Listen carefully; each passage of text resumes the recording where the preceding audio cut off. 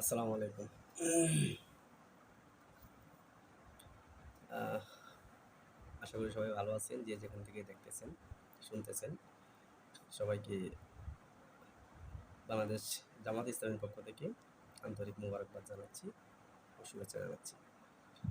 আহ এটা বিষয় নিয়ে আসছি, সেটা হচ্ছে বাংলাদেশ জামাত ইসলামের যেই সম্মেলনটা হতে যাচ্ছে ঢাকায়। তো সেই সম্মেলন উপলক্ষে বাংলাদেশ জামাত ইসলামী চট্টগ্রাম রুট থেকে ঢাকা অভিমুখে ৫টা ট্রেন সম্পূর্ণ বুকিং দিয়ে রেখেছে। তো এই ৫টা ট্রেন বুকিং দেওয়াতে অ্যান্টি পলিটিশিয়ান যারা আছেন, জামাত ইসলামীর এক কথায় বিরোধী মতের যারা আছেন, তারা অনেকেই দেখলাম নিউজ পোর্টালগুলোতে, অনলাইন নিউজ পোর্টালগুলোতে দেখতেছি, তারা অনেকেই এটা নিয়ে প্রচণ্ড মানে ব্যথায় ব্যতীত। এত টাকা এই সংগঠনটি কোথায় পেল, তাদের টাকার সংস্থান কি? তো তাদের অবগতির জন্য, বিশেষ করে বাংলাদেশের আপামর জনসাধারণের অবগতির জন্য আমি একটা বিষয় নোটিস করতে চাচ্ছি। সেটা হচ্ছে ফখরুদ্দিন সরকারের সময়ে ডক্টর ফখরুদ্দিন যেই দুর্নীতি বিরোধী অভিযান পরিচালনা করেছিলেন, সেই সময়ে, আমি সেই সময়ের কথা বলতেছি, একটু পেছনে চলে যাচ্ছি। সেই সময়ে ওনার মানি লন্ডারিং বলেন বা দুর্নীতি বলেন, এই সবগুলোর উপর উনি চিরুনি অভিযান পরিচালনা করছেন। কারা কারা এগুলোতে জড়িত ছিল। তৎকালীন সময়ে যে গভর্নমেন্ট তখন ক্ষমতাসীন ছিল, বাংলাদেশ জাতীয়বাদী দল বিএনপি ছিল তখন ক্ষমতায়। ওই সময়ে বাংলাদেশ জামাত ইসলামের দুটি মন্ত্রণালয়ের, একটি হচ্ছে সমাজ কল্যাণ মন্ত্রণালয়, আর একটি হচ্ছে কৃষি মন্ত্রণালয়। দুইটা মন্ত্রণালয়ের অধীনে দুজন মন্ত্রী ছিলেন বাংলাদেশ জামাত ইসলামের, সংসদ সদস্য তো ছিলেনই। তো ওনাদের বিরুদ্ধে টু পাই দুর্নীতির কোনো প্রমাণ ফখরুদ্দিন মঈনুদ্দিন সরকার, তৎকালীন যে কেয়ারটেকার গভর্নমেন্ট যারা ছিলেন, তত্ত্বাবধায়ক সরকার, তারা খুঁজে পান নাই, প্রমাণ করতে পারেন নাই।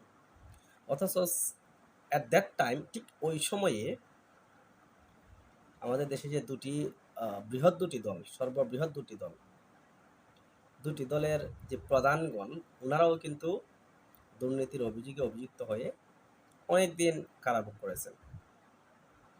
পরবর্তীতে একরকম মুচলেকা দিয়ে ফখরুদ্দিন মঈনুদ্দিনের কাছে মুচলেকা দিয়ে তারা কারামুক্তি লাভ করেন।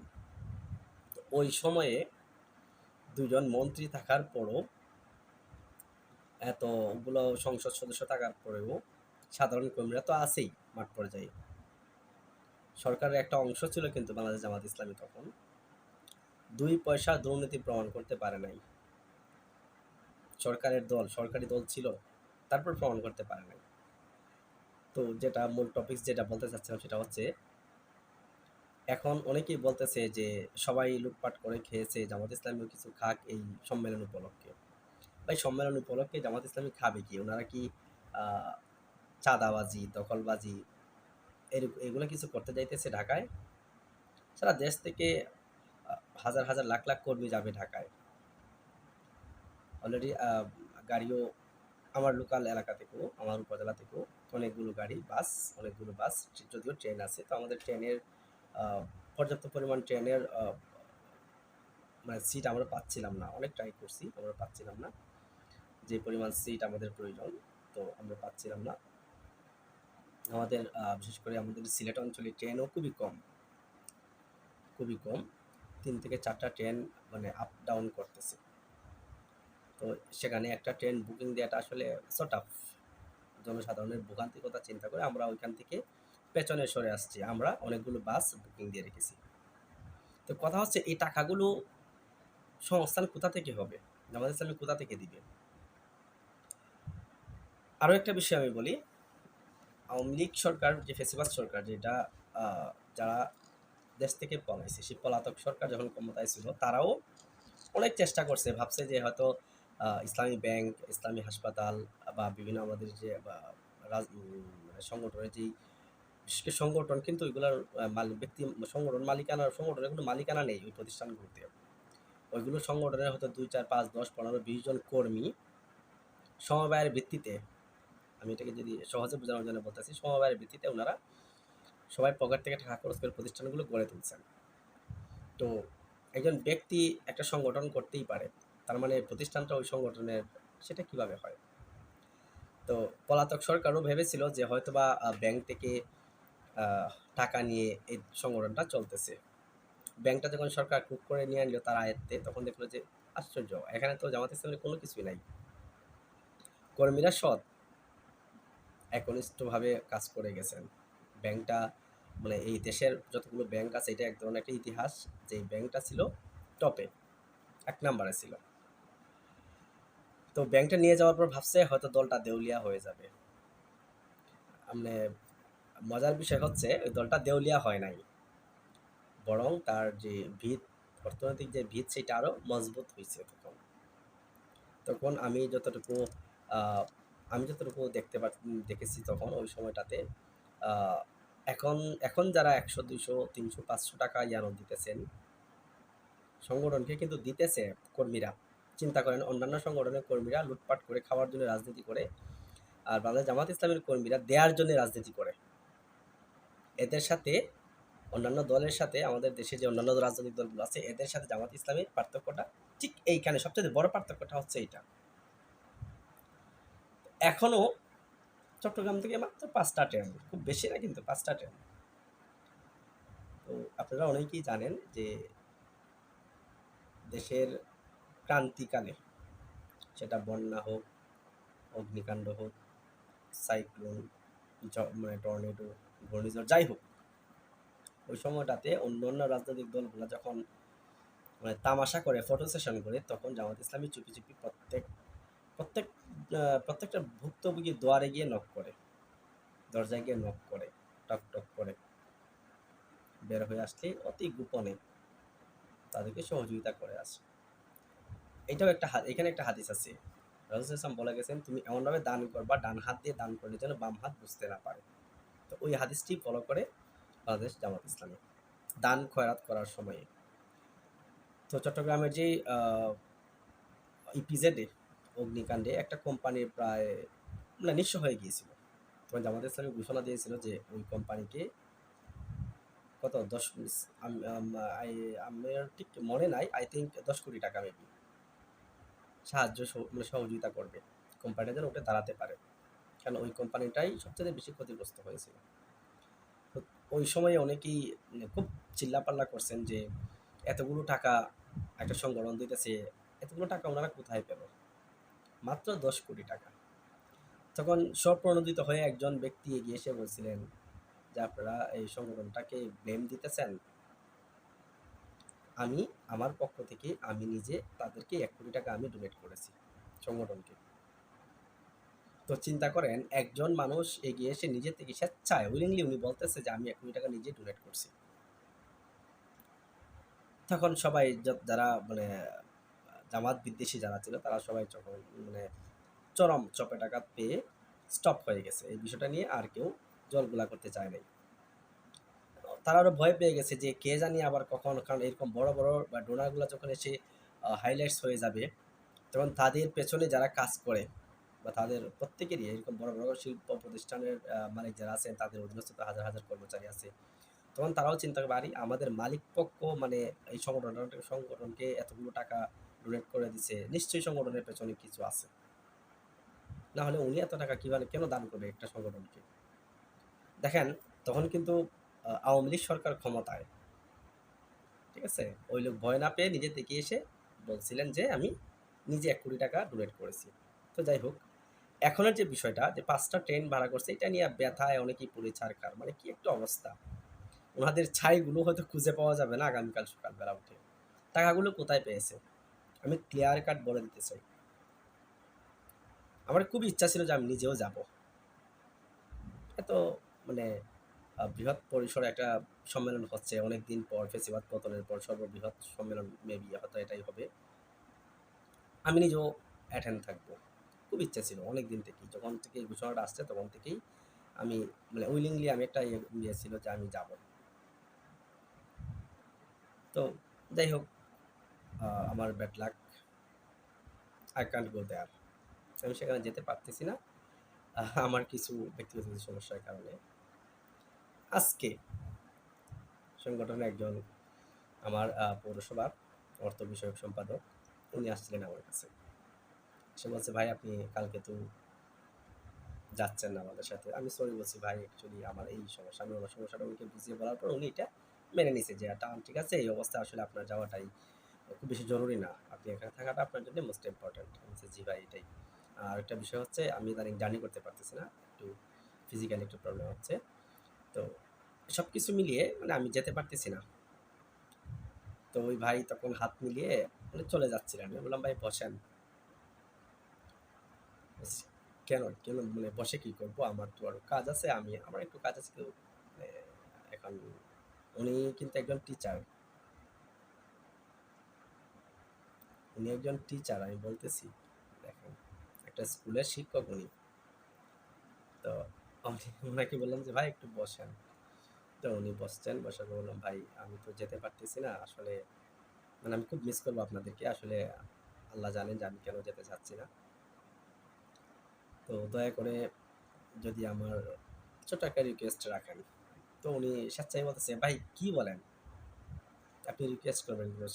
মানে উনি আহ, চিন্তা করেন, একটা পুরো একটা পৌরসভার অর্থ বিষয়ক সম্পাদক, বায়তুল মাল যেটাকে বলি, সোজা কথায় বলতেছি, বায়তুল মাল সম্পাদক উনি। তো আমাদের সাংগঠনিক ভাষা যেটা বায়তুল মাল। তো ওনাকে বললাম, ভাই আহ, হয়তো বা বয়সে আমার জুনিয়র হবে, জুনিয়র না মোস্ট জুনিয়র হবে, মানে 7-8 বছরের জুনিয়র হবে, যাই হোক। তো উনি ভালো একটা পজিশনে আছে, উনি আমাকে ভাই বলে সম্বোধন করে, আমি তাকে ভাই বলে সম্বোধন করি, দেখা হয় প্রতিদিনই প্রায়। তো বললাম, ভাই আমি আমি যেতে পারতেছি না, তার মানে আপনারা কি আমাকে আপনাদের সাথে রাখবেন না? বলছে, রাখবো না মানে কি বলেন ভাই, আপনি আমাদের সাথে থাকলে, মানে বিশেষ করে আমি আমার পক্ষ থেকে বলতেছি, আমি অনেক খুশি হব যদি আপনি আমার সাথে থাকেন। আমি বলছি, আমি তো ফিজিক্যালি পারতেছি না। তো আমার উপস্থিতিটা আমি আসলে কোনোভাবে মিস করতে চাচ্ছি না, এটা বলে আমি ভাইয়ের হাতে আমার সামর্থ্য অনুযায়ী আমি সামান্য কিছু হাদিয়া আমি ভাইয়ের হাতে বুঝে দিচ্ছি। উনি তো মানে না করতেছিল যে আপনি আপনার সমস্যার কথা বলছেন, তারপর ভাই আমি এটা নিয়ে কিভাবে, আমার তো এখন আপনার পাশে দাঁড়ানোর দরকার। আমি বলছি, ভাই ইনশাল্লাহ হবে, যখন একদম দেখবো যে মানে রেস্ট্রিকশনটা বেশি হয়ে গেছে, তখন হয়তো বা আপনাকে নক করতে পারি আমি। যদিও যদিও সংগঠন থেকে কোনো ধরনের সুবিধা নেওয়ার ইচ্ছা আমার আজীবনী সংগঠন তো নাই। আমি আমার পরিচিত জনের খুব কাছের ব্লাডের কাছ থেকে আমি সহযোগিতা নিতে ইচ্ছুক না। আমি ট্রাই করি আমার সর্বোচ্চটা, যে আমি যতটুকু পারি চালিয়ে নেওয়া, আমি চালিয়ে নিতে চাই। তো যাই হোক, আমি তাকে একরকম জোর করে আমি আমার সামর্থ্য অনুযায়ী আমি কিছু হাদিয়া দিয়ে দিয়েছি। তো ওইটা দিয়ে কী হবে, সর্বোচ্চ একটা ট্রেনের 5 থেকে 7টা টিকিট হতে পারে, মেবি চট্টগ্রাম থেকে ঢাকা 5-7টা সিট হবে, হ্যাঁ টিকিট হবে। তো আমি আমার এই আহ, কি বলবো, মানে কিভাবে বলবো বুঝতে পারতেছি না, আমার এই এখন যে ইকোনমিক্যাল যে কন্ডিশন, ওইখান থেকে যদি আমি 5 থেকে 7টা সিটের ভাড়া দিয়ে দিতে পারি, যদি আমি দিয়ে দিতে পারি, তো আমার চাইতে হায়ার লেভেলের, হায়েস্ট লেভেলের উপরে যারা আছেন, ওনারা কি একটা ট্রেনের ফুল একটা ট্রেন বুকিং দেওয়ার ক্ষমতা রাখেন না? ওই ভাইয়ের মতো চট্টগ্রাম যেই ভাই স্বেচ্ছাপ্রণোদিত হয়ে বলছিলেন যে আমি 1 কোটি টাকা ডোনেট করেছি, তো ওই ভাইয়ের মতো এরকম কি নাই সংগঠনের কর্মী, শুভাকাঙ্ক্ষী, সমর্থক? অভাব নাই এই দেশে, স্বেচ্ছায় দেওয়ার জন্য এই দেশে এরকম শুভাকাঙ্ক্ষী, জামাত ইসলামীকে দেওয়ার জন্য এরকম শুভাকাঙ্ক্ষীর অভাব নাই। আপনারা দূর থেকে অনেকে অনেক কিছু মনে করতে পারেন, ঠিক আছে, সেটা আপনাদের অভিরুচি, আপনারা যে যেটা বলছে সেটা ভাবতেই পারেন, ধরতেই পারেন, আপনার এই যে ভাবার অধিকারটুকু আপনার রয়েছে, আর এই স্বাধীনতাটুকু আপনার আছে, যদিও কিছুদিন পূর্বে ছিল না, এখন এখন আছে, ঠিক আছে। তো যারা ট্রল করতেছেন, যারা এটাকে খারাপ দিকে ইঙ্গিত করতেছেন, তাদেরকে বলবো, ভাই আমি স্বেচ্ছায় আজকে বলে গেছি, হয়তো দেখবেন কালকে সম্মেলনের পর পর যদি এটা নিয়ে আপনারা খুব বেশি ঘাটাঘাটি করেন, বেশি নাড়াচাড়া করেন, তাহলে হয়তো সম্মেলনের পর অনেক ভাই এসে বলবে যে আমি নিজেই তো 2টা ট্রেন দিয়ে দিছি, আরেক ভাই এসে বলবে আমি দিছি বাকি 3টা, 5টা ট্রেন হয়ে গেছে। তাহলে এই যে আমি অদম যে 5টা 7টা সিটের ভাড়া আজকে আমার বাইকে আমি হাদিয়া হিসেবে দিয়ে দিয়েছি, এটা তো কোথায় যাবে? এটা ফান্ডে থাকবে। আপনি যখন একটা দুর্যোগে পতিত হবেন, তখন দেখা যাবে যে আমার আজকের হাদিয়াটুকু আপনার পেছনেই ইনভেস্ট করা হয়েছে, আপনি যেন ওই দুর্যোগ কাটিয়ে উঠে দাঁড়াতে পারেন। So be careful. অযথাই কাউকে নিয়ে ট্রল করবেন না, না জেনে না বুঝে কাউকে নিয়ে ট্রল করাটা উচিত নয়, সম্পূর্ণই অনুচিত এটা। ঠিক আছে? আমি ক্লিয়ার করতে চাই আরেকটা বিষয়। আমি হাদিয়া দিয়েছি মানে আমি আহ, সংগঠনের খুব বড় কিছু মাইন্ডেড মাইন্ডেড ব্রো, আমি কিছুই না, জাস্ট সংগঠনকে পছন্দ করি। সংগঠনের কর্মী একজন, আমার একজন বয়োজ্যেষ্ঠ আমার একজন আঙ্কেল বলছিলেন যে চাচা তো বড় নেতা জামাত ইসলামী, বলছিলাম চাচা এই সংগঠনের নেতা হওয়া তো দূরের কথা, সমর্থক হওয়ার যেই কোয়ালিটির প্রয়োজন ওই কোয়ালিটিটুকু আমার মধ্যে নাই। সেটা আমি জানি, অন্য কেউ না জানলেও আমি জানি। বাহির থেকে আপনারা যে যাই ইচ্ছা মনে করতে পারেন, বাট এই সংগঠনে একজন সমর্থক হতে গেলে যে পরিমাণ, যে সমস্ত কোয়ালিটির প্রয়োজন, তার 10%ও আমার মধ্যে নাই। জাস্ট সংগঠনকে ভালো লাগে, সংগঠনের আহ, যে কর্মকাণ্ড আমি পছন্দ করি, that's it, that's it. So এটা নিয়ে রাজনীতি করার কিছু নাই। ঠিক আছে? পছন্দ করি, আমি আপনাকে পছন্দ করতে পারি, নাও করতে পারি। পছন্দ আমি কি বিএনপিকে অপছন্দ করি? No, never. বিএনপির বর্তমান কর্মকাণ্ডকে আমি অপছন্দ করি, বাট ওই দলটাকে আমি ব্লেম দিতে পারি না।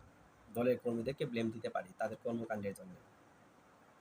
আমি তার আগেও পূর্বেও বলছি, কিন্তু আমি তার পূর্বে অনেকদিন বলছি যে শহীদ প্রেসিডেন্ট মেজর জিয়াউর রহমান, ওনাকে আমি দেখি নাই, ওনার কর্মকাণ্ড আমি দেখি নাই নিজ চোখে, জাস্ট শুনছি কানে, বড়দের কাছ থেকে শুনছি যে উনি এই করছেন সেই করছেন, এবং ওনার কিছু চিহ্ন আমাদেরকে দেখাই দিয়েছেন আনন্দে যে এইগুলো হচ্ছে ওনার অবদান। হুসাইন মোহাম্মদ এরশাদের অবদানও, সেটা তো মনে হয় আমি না, আমার চাইতে জুনিয়র যারা আছে বর্তমান প্রজন্মের অনেক ছেলে মেয়েরাই হয়তো এটা জানে যে হুসাইন মোহাম্মদ এরশাদ কী করে গেছে। আর আমি যাদেরকে দেখেছি ওনারা হচ্ছেন বিএনপির যে বর্তমান চেয়ারপারসন দেশনেত্রী বেগম খালেদা জিয়া। আমি ওনার কর্মকাণ্ড দেখেছি, ঠিক ওনার কর্মকাণ্ড দেখে উনি দেশের জন্য কী করছেন এইগুলো দেখে আমি ওনাকে ইন্সপায়ার্ড হয়েছি। সত্যি কথা বলতে, যে দেশপ্রেম যদি দেখাতে হয়, শিখতে হয়, জানতে হয়, তাহলে ওনার কাছ থেকে শেখার অনেক কিছু আছে। আমি ওনাকে পছন্দ করি ব্যক্তিগতভাবে। নট অনলি বিএনপির চেয়ারপারসন, ওভারঅল ওনাকে পছন্দ করার অনেকগুলো কারণ আছে। As ex president, ex prime minister, 3বারের প্রধানমন্ত্রী, ওনার একটা টার্ম আমার খুব ভালো করে মনে নাই, অল্প অল্প স্বল্প কিছু মনে আছে, বাট 2টা টার্ম কিন্তু আমার মনে আছে। লাস্ট টার্মে তো আমি ভোটও দিছি। সোজা কথা হচ্ছে লাস্ট টার্মে আমি নিজেও ভোট প্রয়োগ করেছি। তো যাই হোক, আমি বিএনপিকে অপছন্দ করি না। আমি কি আওয়ামী লীগের সবাইকে অপছন্দ করি? No, never, never. আমার সত্যি কথা বলতে, আমি এখন যেখানে বসা আছি, ঠিক এখান থেকে, আমি তো আমার রুমে বসা আছি, এখান থেকে আমার ডান দিকে আওয়ামী লীগ আর বাম দিকে আওয়ামী লীগ। আপনি মানেন বা না মানেন, ওই তাদেরকে তো আমি অপছন্দ করি না। রাস্তায় বের হলেই এই যে একজন ব্যবসা করে কিন্তু, ঠিক আছে, এখন আমি তার দোকান থেকে আসছি, তার সাথে হাই হেলো করে আসছি, কথা বলে আসছি। হ্যাঁ, তার ওইখানে যাই হোক অল্প কিছু আমি খেয়েও আসছি, টাকা দিয়ে খাইছি, ব্যবসা করে খাইতেছে। উনি আওয়ামী লীগকে পছন্দ করে, করতেই পারে, এটা তো তার তার রুচি এটা। এটা নিয়ে আমি কেন মানে ফাউল রাজনীতি করতে যাব ভাই? সে আওয়ামী লীগ করে তার মানে সে সে কি স্বৈরাচার? আমি নিজে দেখেছি, আমি তার পূর্বেও বলছি অনেকগুলো পোস্টে, সে প্রচণ্ড রকমের মানে শেষের দিকে এসে ছাত্র আন্দোলন যখন শুরু হয়, তখন সে মনে প্রাণে বলছে যে সরকারটা চলে যাক, এই সরকারটা চলে যাক।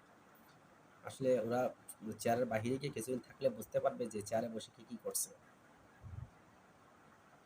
তো সে তো ফেসিবাদ নয়। এরকম অনেকেই হয়তো আছেন।